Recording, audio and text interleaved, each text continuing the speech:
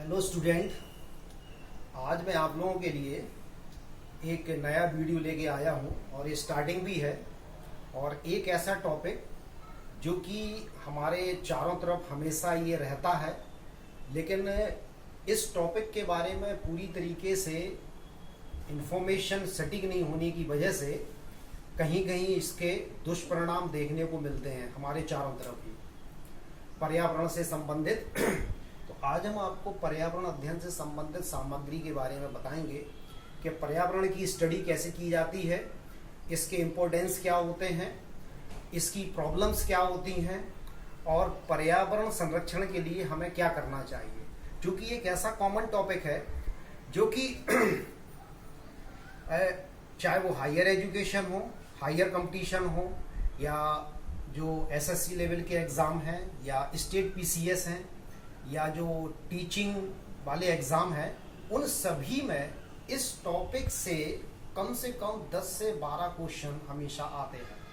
किसी किसी में थोड़े कम या ज़्यादा भी हो सकते हैं, लेकिन स्टेट पीसीएस में ये देखा गया है, चाहे वो राजस्थान पीसीएस हो या यूपी पीसीएस हो, एमपी पीसीएस हो, इनमें 10 से 12 क्वेश्चन इन्वायरमेंट स्टडी से ज़्यादातर क्वेश्चंस आते हैं। क्योंकि जो पॉल्यूशन वाला टॉपिक है वो भी इसी के अकॉर्डिंग आता है, और जो बायोडाइवर्सिटी है, जैव विविधता है, वो भी इसी में इंक्लूड होता है। क्योंकि इसका क्लासिफिकेशन करके, ड्राफ्टिंग करके हम आपको बताएंगे कि ये कैसे होता है। और ये टॉपिक खत्म होने के बाद आप लोगों को यदि ये वीडियो हमारा अच्छा लगे तो इसको लाइक करिएगा और शेयर करिएगा, और इससे संबंधित जो भी प्रॉब्लम्स यदि आपको आती हैं उन प्रॉब्लम को कमेंट के रूप में हमें बताइएगा, तो हम उसका आंसर आपको ज़रूर देंगे। और यदि किसी भी और टॉपिक से रिलेटेड, किसी और सब्जेक्ट से, अदर टॉपिक से रिलेटेड आपको यदि कुछ भी पूछना हो, कोई नई सामग्री चाहिए हो, कोई नया मैटर चाहिए हो कंपटीशन से रिलेटेड, तो वो चूँकि हमारे वीडियो में कमेंट के रूप में आप अपनी डिमांड लिख सकते हैं। तो चलिए शुरू करते हैं पर्यावरण अध्ययन या एनवायरमेंट स्टडी। इससे रिलेटेड चूँकि ये महीना हमारा इस टॉपिक से काफ़ी ज़्यादा इम्पोर्टेंट भी रहा है, क्योंकि इसी महीने 5 जून को विश्व पर्यावरण दिवस मनाया गया था। विश्व पर्यावरण दिवस मनाया गया था 5 जून को, बड़ी जोर शोर से मनाया गया था। साधारण जानकारी सबको रहती है इस टॉपिक के बारे में, लेकिन जो इसकी जो डीप इंफॉर्मेशन है वो शायद बहुत कम लोगों को जानकारी होती है। इसलिए कहीं ना कहीं इसकी पूरी जानकारी ना होने की वजह से हम लोग वास्तव में पर्यावरण को संरक्षित कर ही नहीं पा रहे हैं। तो यदि हमें इस टॉपिक, इस फील्ड के बारे में पूरी जानकारी हो सके तो शायद ना तो ये हमारे चारों तरफ कोई बीमारी हो, ना कोई पॉल्यूशन हो, और शायद हम आने वाली पीढ़ियों के लिए जो प्राकृतिक संसाधनों को काफ़ी लंबे समय तक उनको सहेज के रख पाए। तो चलिए शुरू करते हैं पर्यावरण अध्ययन या स्टडी। तो इसमें सबसे पहले पर्यावरण अध्ययन के लिए कि ये किस तरीके से हम इसको स्टडी करते हैं, क्योंकि कभी कभी हायर एजुकेशन में डिबेट के तौर पे भी ये टॉपिक आते हैं। तो कहते हैं कि ये मैटर को या इस टॉपिक को कहाँ से शुरू करें और कहाँ खत्म करें। तो ये लॉन्ग टॉपिक है, बड़ा है, विस्तार से भी है, तो विस्तार से भी समझना है। और जो कंपटीशन होते हैं उनमें जो फैक्ट क्वेश्चंस आते हैं डायरेक्ट, उनको भी समझेंगे, दोनों को साथ साथ समझेंगे। तो पर्यावरण स्टडी के लिए, तो इसके लिए हम सबसे पहले इसको आसान बनाने के लिए इसकी ड्राफ्टिंग करते हैं। ड्राफ्टिंग में कौन कब कहाँ कौन सी हेडिंग आती है उसको देखते हैं। सबसे पहले हम करते हैं पर्यावरण का अध्ययन। ये एक तरह से टूल्स का भी काम करते हैं। फिर इसके बाद इसके उद्देश्य, कि पर्यावरण अध्ययन के उद्देश्य क्या होने चाहिए, फिर पर्यावरण संरक्षण, फिर पर्यावरणीय रसायन,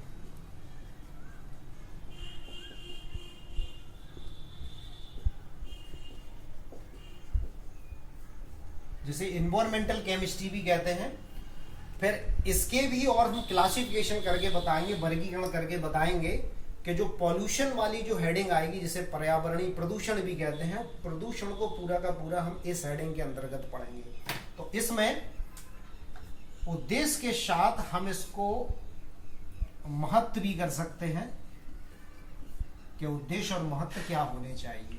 तो इस तरीके से अब हम देखते हैं पर्यावरण स्टडी के बारे में कि इसको स्टडी हम कैसे करते हैं।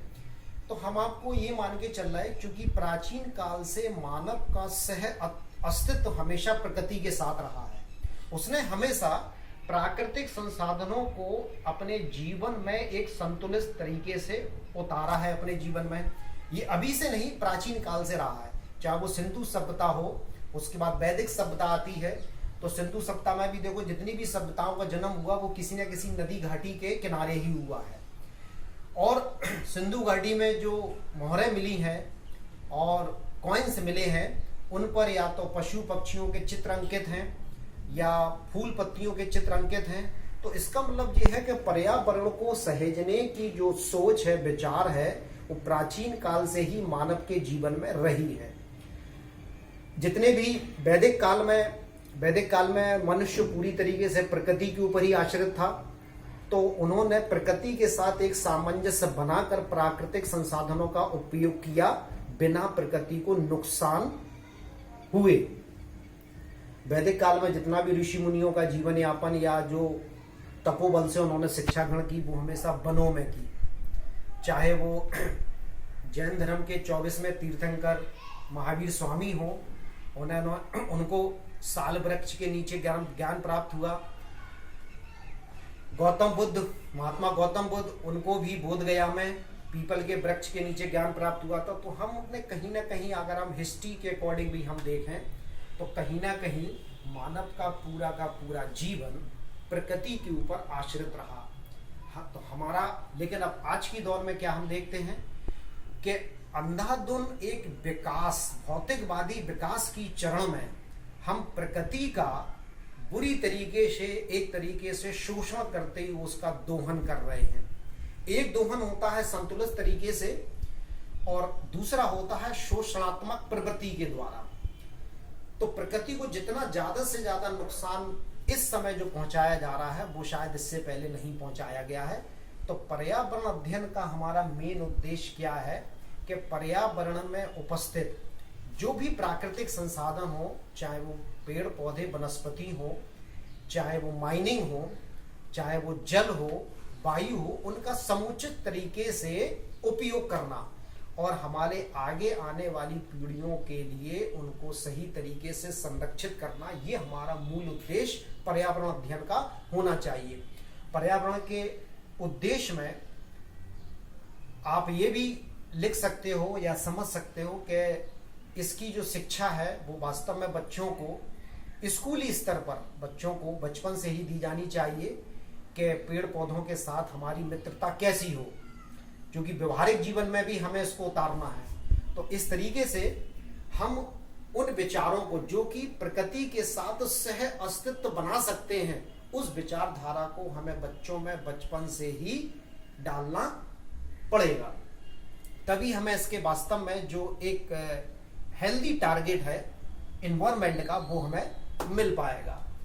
और जब ये इन्वायरमेंट डिस्ट्रॉय होने लगता है मानवीय क्रियाकलाप के द्वारा, तब कहीं जाके हम सचेत होते हैं किसके लिए? पर्यावरण संरक्षण के लिए। तो वास्तव में पर्यावरण संरक्षण आया क्यों?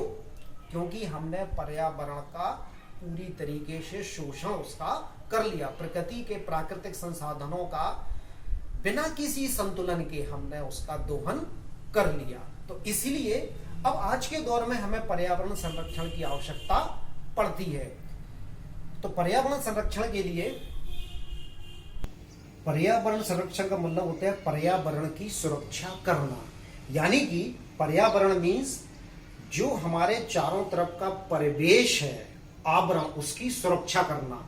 वो ऐसा आवरण है जो कि हमें जीवन जीने के लिए आवश्यक होता है, चाहे वो सांस लेने के लिए ऑक्सीजन हो, चाहे वो पानी पीने के लिए स्वच्छ जल हो प्राकृतिक संसाधनों का, क्योंकि जल हमें प्राकृतिक संसाधनों से ही मिलता है, चाहे वो बारिश के द्वारा हो, चाहे वो नदी के जल के द्वारा हो, चाहे वो अंडरग्राउंड वाटर हो, तो अगर ये मानवीय क्रियाकलाप के द्वारा ये जल जो है दूषित होता है तो ये कहीं ना कहीं ये हमें ही प्रभावित करेगा।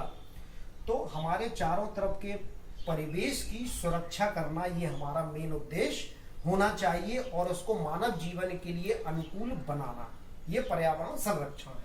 और उद्देश्य का मतलब हो ही गया कि बच्चों में मूल क्षमता, पर्यावरण के प्रति मूल क्षमताओं का विकास करना, ये उद्देश्य हो गया। क्योंकि जब तक हम बच्चों को बचपन से ही पर्यावरण के बारे में नहीं बताएंगे, यानी कि पर्यावरण के प्रति कैसे सचेत रहा जाए, कैसे प्राकृतिक संसाधनों को सहेज के रखा जाए, ये इसका मूल उद्देश्य होना चाहिए।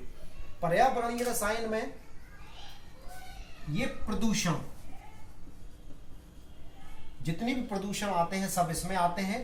प्रदूषण को स्टडी इस तरीके से कर सकते हैं कि एक तो ये प्रदूषण क्यों और कैसे, मीन्स कारण, फिर इसका क्या प्रभाव पड़ता है, कारण, प्रभाव और उपाय या निदान। तो जब हम पॉल्यूशन को जब हम कंसीडर करेंगे तो हम इन्हीं हेडिंग के अंतर्गत करेंगे, क्योंकि जो क्वेश्चन पुटअप होते हैं पॉल्यूशन वाले में वो इन्हीं से होते हैं। तो अभी तो हमने ये आपको एक सैद्धांतिक ड्राफ्टिंग बताई, ये सैद्धांतिक टॉप है। किसी को अगर बड़ा शॉर्ट नोट कोई ऐसे वगैरह में चाहिए है तो इस हेडिंग के अंतर्गत वो ये सारी बातों को इंक्लूड कर सकता है। अब हम आपको बताते हैं कि पर्यावरण के संपूर्ण घटक क्या होते हैं, पर्यावरण किन किन चीजों से मिलकर बनता है। कहने के एक ही शब्द में है, पर्यावरण मीन्स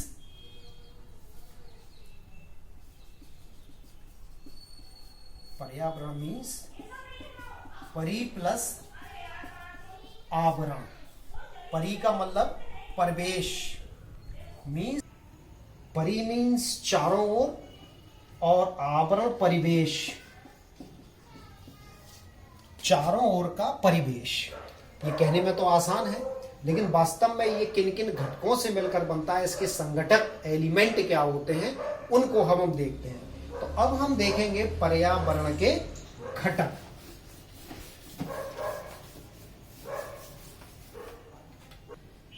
तो अब हम इसके बाद जो इसकी ड्राफ्टिंग के बाद जो पर्यावरण के जो घटक हम देखेंगे वो अगले वीडियो में देखेंगे।